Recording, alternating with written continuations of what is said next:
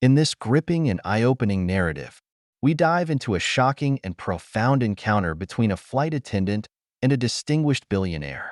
What begins as an ordinary flight quickly escalates into a tense situation that challenges the very essence of humility, respect, and understanding. A flight attendant's prejudiced remark, made in ignorance of the passenger's true identity, sets the stage for a powerful lesson that will leave you questioning assumptions and stereotypes. Everett Clark, a distinguished billionaire, entered the first-class cabin of the airplane with an air of quiet dignity. At 60 years old, his worn hands tightly gripped a leather briefcase that had traveled alongside him through many years of his life. His graying hair and soft, thoughtful eyes spoke of a man who had experienced life's challenges and emerged victorious. Despite his immense wealth, Everett's appearance was far from ostentatious. Dressed in a simple light gray suit, he looked less like a powerful businessman and more like a humble neighbor. As he made his way down the aisle, he greeted fellow passengers with a friendly nod, his smile putting them at ease, many unaware they were sitting next to one of the wealthiest men in the country. Everett, however, preferred it that way. He never sought attention or desired the lavish spotlight that accompanied his success. A quiet man of substance, he valued modesty over flaunting his fortune. Finding his seat, he carefully stowed his briefcase in the overhead compartment before sinking into the plush leather chair with a sigh of relief. The day had been long, filled with critical meetings, difficult decisions, and weighty responsibilities. All he yearned for now was a few hours of peaceful solitude. A flight attendant, Hannah, approached with a forced smile, her voice professional but devoid of warmth. "Can I get you anything to drink?" "Sir," she asked. "Just water, please," Everett replied softly, his voice barely above a whisper. "Thank you," he added, his tone calm and composed as the attendant moved away. As the hum of the plane's engines grew louder, Everett glanced out the window, reflecting on the long journey that had brought him here. From humble beginnings, he had never imagined that one day he would not only be able to afford first-class travel, but also own a company that provided him the means to do so. His mind wandered back to the difficulties he had overcome, each obstacle shaping him into the person he had become. But more than the wealth or accolades, what truly fulfilled him was the good he had been able to do in the world. His philanthropic efforts, helping those less fortunate, brought him far more joy than any luxury ever could. With a peaceful heart, he opened a book from his carry-on bag, hoping to lose himself in its pages during the flight. For a moment, he felt an overwhelming sense of contentment. Little did he know, however, that this seemingly calm flight was about to take a dramatic turn.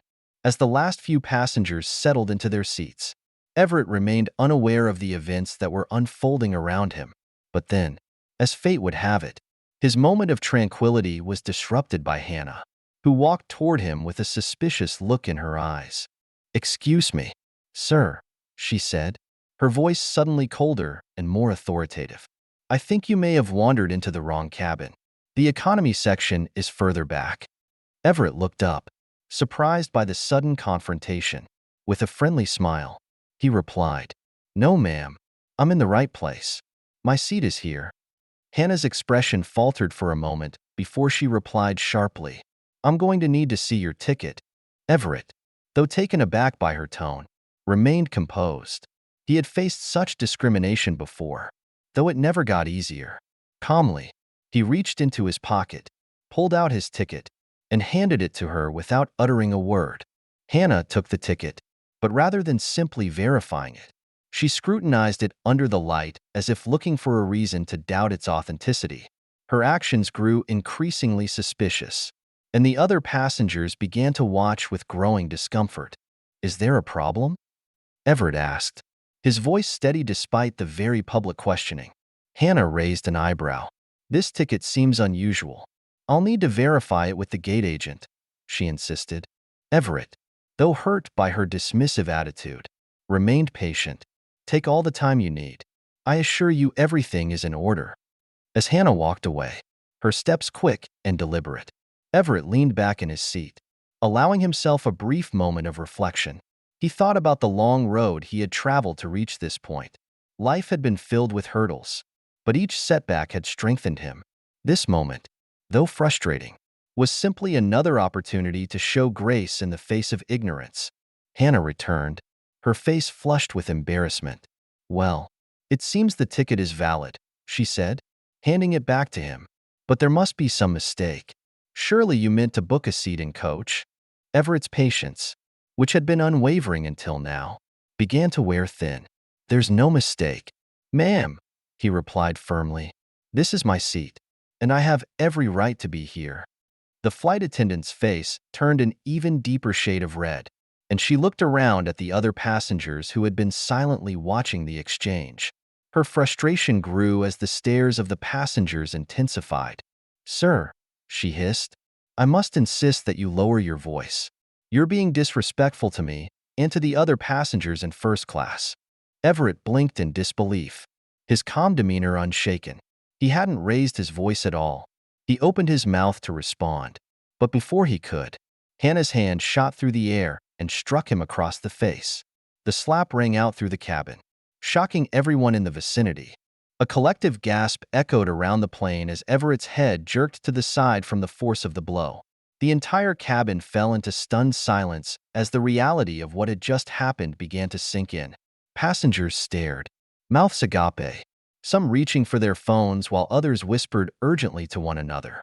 Everett, though visibly shaken by the slap, remained still and composed.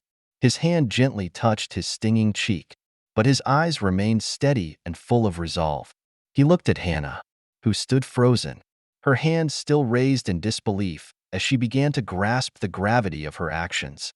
"Why did you slap me?" Everett asked calmly, his voice barely above a whisper. Hannah, her face flushed with guilt and shame, stammered, "You were being disrespectful. This is first class, and there are standards to maintain." Everett shook his head slowly, disbelief still evident on his face. But before he could respond, a notification pinged on his phone. Glancing down, he saw a message that caused his eyebrows to raise. It was from his company's legal team, confirming they had just finalized the purchase of the airline's parent company, an acquisition he had been working on for months. A subtle smile played at the corner of his mouth as he carefully put his phone away. The plane began to taxi for takeoff, but Everett's mind was already working. In that moment, he knew the situation with Hannah was more than just an unfortunate encounter. It was an opportunity for change. He would use this experience and his new position of influence to create a more just and respectful environment within the airline. This story highlights how assumptions and prejudice can lead to moments of humiliation and conflict, but also create opportunities for transformative growth and change. Everett's resilience and quiet dignity set the stage for a new chapter in the airline's journey toward inclusivity and respect for all passengers.